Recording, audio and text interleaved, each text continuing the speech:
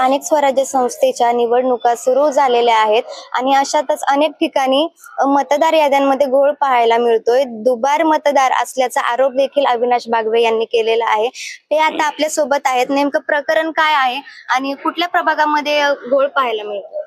वास्तविक पाहता अनेक प्रभागामध्ये हा घोळ त्या ठिकाणी आहे। अनेक नागरिकांनी अनेक लोकप्रतिनिधी परवाच महाविकास आघाडीचे एक शिष्टमंडळ वरिष्ठ पातळीचं पुण्यातले सगळे शहराध्यक्ष हे आयुक्तांना अतिरिक्त आयुक्तांना भेटलेत। त्यांनी सगळ्या गोष्टी पुराव्यानिशी त्यांच्याकडे सादर केल्यात। त्यांनी आश्वासित केले की आम्ही त्या ठिकाणी काम करतोय, पण तसं काही प्रॅक्टिकली ग्राउंडवर तसं चित्र दिसत नाहीये। आम्हीही त्या ठिकाणी सगळे इत्थंभूत माहितीसहित आम्ही प्रशासनाला निवेदन देत आहोत की याच्या माध्यमातून ज्या ज्या दुबार नाव आहेत आमच्या प्रभाग क्रमांक 22 मध्ये काशेवाडी डायस्पॉट इथे मध्ये जवळजवळ 3600 नावं हे दुबार आहेत। येत असलेली दुबार नावं त्या ठिकाणी काही लोकांची नावं दोनदा आहेत, काही लोकांची नावं 4-4 वेळेस आहेत। तसेच 5200 नावं हे इतर प्रभागातली आमच्या प्रभागात त्या ठिकाणी आलेले आहेत। आणि एखाद्या प्रभागामध्ये बाउंड्रीवरच्या लगतची काही नावं समजा एक 10-5 नावं किंवा एक 10-20 नावं 25-30 नावं आली तर आम्ही समजू तरी शकतो की नजर चुकीने त्या ठिकाणी झाले असतील, काही अधिकाऱ्यांना कळलं नसेल की कुठला भाग कुठे।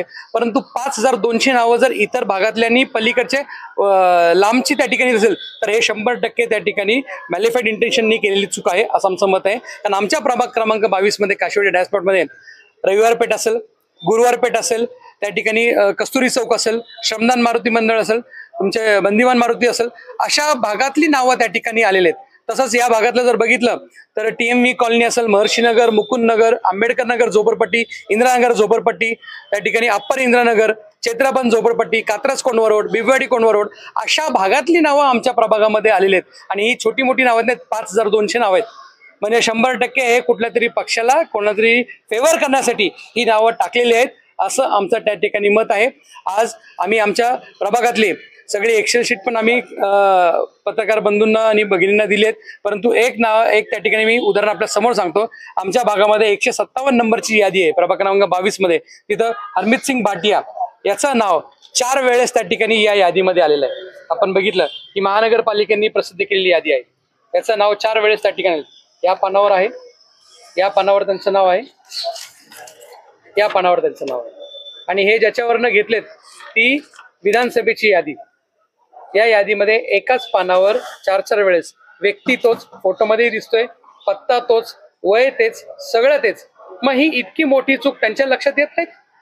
म्हणजे हे मुद्दामून करून यादीमध्ये घोळ या ठिकाणी ठेवायचा, मतदारांची आकडेवारी द्यायची नाहीत, आकडेवारीची फक्त टक्केवारी सांगायची आणि ही टक्केवारी सातत्याने बदलायची आणि मग त्या ठिकाणी मतदानामध्ये घोळ करायचा। हा त्या ठिकाणी प्रशासनाचा जो प्रयोजन आहे तो यावेळेस आम्ही हाणून पाडणार आहोत। आणि आमची तर प्रशासनाला विनंती आहे, सत्ताधाऱ्यांना विनंती आहे, जर इतक्या मोठ्या प्रमाणात तुमच्याकडे सत्ता आहे, मुख्यमंत्री तुमचे, पंतप्रधान तुमचे, गल्लीपासून दिल्लीपर्यंत सत्ता तुमची, तर मग ह्या निवडणुका स्थानिक स्वराज्याच्या तुम्ही त्या ठिकाणी बॅलेट पेपरवर घेऊन दाखवा असं आमचं जाहीर आव्हान आहे। आज त्या ठिकाणी तुमच्याकडे इतकी मोठी त्या ठिकाणी यंत्र आहेत, मशिनरी आहेत, तुम्ही सांगता मी विकास कामं केलीत, लोक तुमच्या पाठीमागे, लोक तुमच्या पाठीमागे आहेत, जर तुम्हाला विश्वास मग घाबरता कशाला? घेऊन दाखवा तुम्ही बॅलेट पेपर निवडणुका।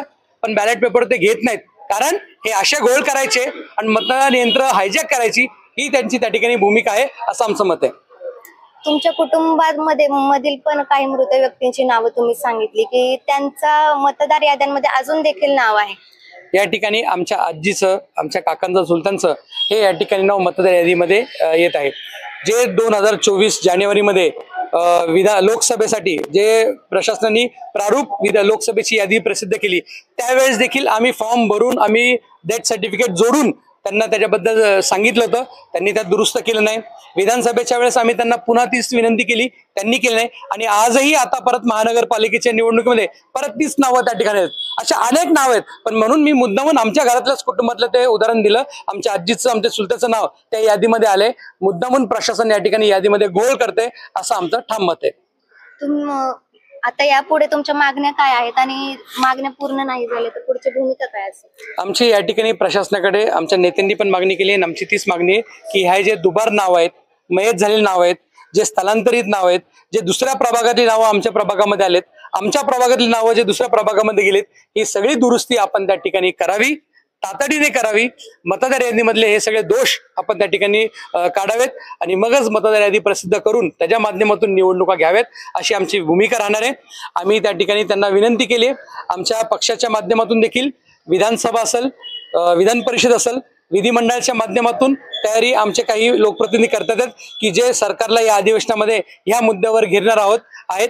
तसंच आमच्या पक्षातले काही प्रमुख नेते मंडळी हे न्यायालयीन लढाईची देखील तयारी करत आहोत. आणि आमच्यासारखे कार्यकर्ते प्रशासनाने याची दखल घेतली नाही, याचा गांभीर्यपूर्वक विचार केला नाही तर रस्त्यावर उतरून चक्काजाम आंदोलन देखील करायची जबाबदारी त्या ठिकाणी तयारी आमच्यासारख्या कार्यकर्त्यांनी केलेली आहे. आणि अनेक सामाजिक संघटना, महाविकास आघाडीला अनेक घटक पक्ष हे सगळेजण या ठिकाणी रस्त्यावर उतरून चक्काजाम आंदोलन करून प्रशासनाचा जाब विचारतील असं या ठिकाणी भविष्य काळामध्ये आम्ही करणार आहोत. नक्कीच आपण पाहिलं असेल की जर निवडणुकाच्या यादीमध्ये दुरुस्ती नाही केली तर चक्काजाम आंदोलनाचा इशारा यांनी दिलेला आहे. पुण्याहून मी पायल पोटभरे, पुणे 24 तास.